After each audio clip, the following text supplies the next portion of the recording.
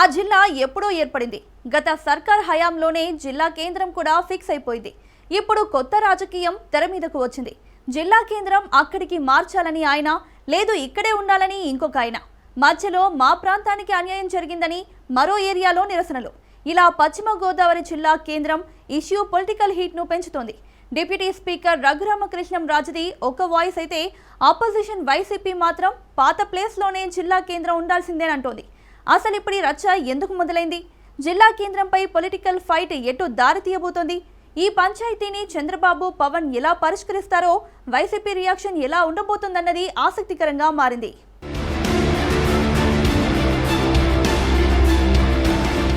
పశ్చిమ గోదావరి జిల్లా కేంద్రంపై రాజకీయ రచ్చ నడుస్తోంది. జిల్లాల పునర్విభజన సమయంలో నర్సాపురం పార్లమెంటు నియోజకవర్గంలోని భీమవరంను పశ్చిమ గోదావరి జిల్లా కేంద్రంగా డిసైడ్ చేశారు. వైసీపీ హయాంలోనే భీమవరంను జిల్లా కేంద్రంగా డిసైడ్ చేసి అక్కడ ఆఫీసుల నిర్మాణానికి శంకుస్థాపన కూడా చేశారు. ప్రభుత్వం నిధులు కూడా కేటాయించింది. కానీ కాంట్రాక్టర్లెవరూ ముందుకు రాకపోవడంతో భీమవరంలో కలెక్టరేట్ కన్స్ట్రక్షన్స్ పనులు స్టార్ట్ కాలేదు. ఆ తర్వాత కూటమి ప్రభుత్వం అధికారంలోకి వచ్చింది.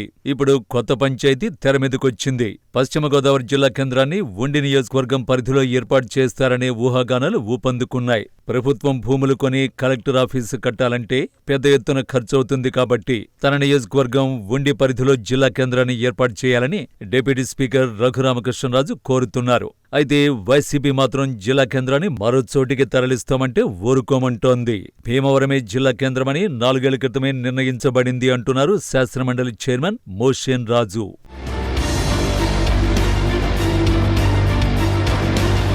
పశ్చిమ గోదావరి జిల్లా కేంద్రంపై రగడ ఇంకా కొనసాగుతూనే ఉంది.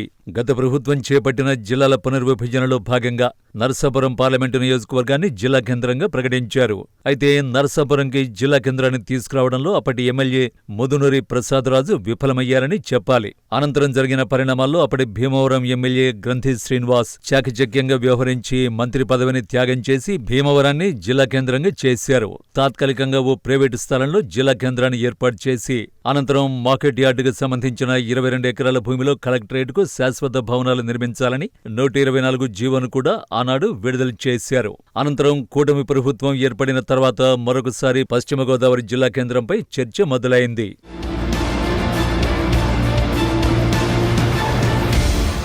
ఉండి ఎమ్మెల్యే డిప్యూటీ స్పీకర్ రఘురామకృష్ణరాజు చేసిన ప్రకటనలపై ఇప్పుడు రచ్చ మొదలైంది. 22 ఎకరాల స్థలాన్ని కూడా మరొకసారి వ్యవసాయ శాఖకు బదలాయిస్తూ భీమవరం ఎమ్మెల్యే తీసుకున్న నిర్ణయం చర్చనీయాంశమైంది. రఘురామకృష్ణరాజు తీసుకున్న నిర్ణయానికి భీమవరం ఎమ్మెల్యే మద్దతునిచ్చారని సోషల్ మీడియా కోడై కూసింది. భీమవరం, ఉండి నియోజకవర్గాలు విడివిడిగా లేవని, 2 కలిసే ఉన్నాయని, ఉండి నియోజకవర్గంలో జిల్లా కేంద్రాన్ని ఏర్పాటు చేస్తే 2 నియోజకవర్గాల్లో వెన్ సిరీస్ గా ఏర్పడే అవకాశం ఉందని రామకృష్ణరాజు వాదన.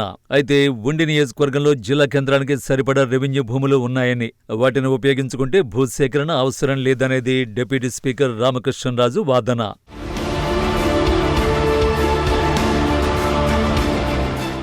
ఎంతో పోరాడి తెచ్చుకున్న జిల్లా కేంద్రం మరొక నియోజకవర్గానికి తరలిపోవడాన్ని భీమవరం నియోజకవర్గ ప్రజలు జీర్ణించుకోలేకపోవడం ఇప్పుడు వస్తున్న వాదనలకు బలాన్ని చేకూరుస్తోంది. అయితే కూటమి ప్రభుత్వం ఇప్పుడున్న పరిస్థితుల్లో సంక్షేమ పథకాలు అమలు చేసేందుకే ఆర్థిక భారాలు మోస్తున్న నేపథ్యంలో కలెక్టరేట్ భవనాలకు భూసేకరణ చేయడానికి అవకాశం లేదని చెప్పొచ్చు.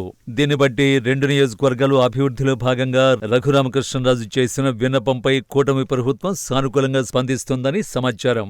ఈ వ్యవహారంలో మండలి చైర్మన్ కొయ్యే మోషేన్ రాజు వైసీపీ పార్టీ నుంచి అడ్డుపడటం మినహా పెద్దగా రాజకీయ నాయకులు గాని, సామాన్య ప్రజలు గాని ఎటువంటి అడ్డంకులు కల్పించకపోవడం కూడా కూటమి ప్రభుత్వానికి కలిసొచ్చే అంశంగా కనిపిస్తోంది. ఏది ఏమైనా పశ్చిమ గోదావరి జిల్లా కేంద్రంగా తాడేపల్లిగూడెం కూడా పరిశీలించాలని విజ్ఞప్తులు చేస్తున్నారు. తాడేపల్లిగూడెంలో కూడా జిల్లా కేంద్రం ఏర్పాటుకు అనువైన భూములు ఉన్నాయని ఇక్కడి ప్రజలు కోరుతున్నారు. ఇలా జిల్లా కేంద్రం ఇష్యూపై భీమవరం సెంట్రిక్ గా రాజకీయం ఏ మలుపు తిరుగుతుందన్న ఆసక్తి కొనసాగుతోంది. ఇలా పశ్చిమ గోదావరి జిల్లా కేంద్రం ఇప్పుడు రాజకీయ రచ్చకు కేరఫ్ అయింది.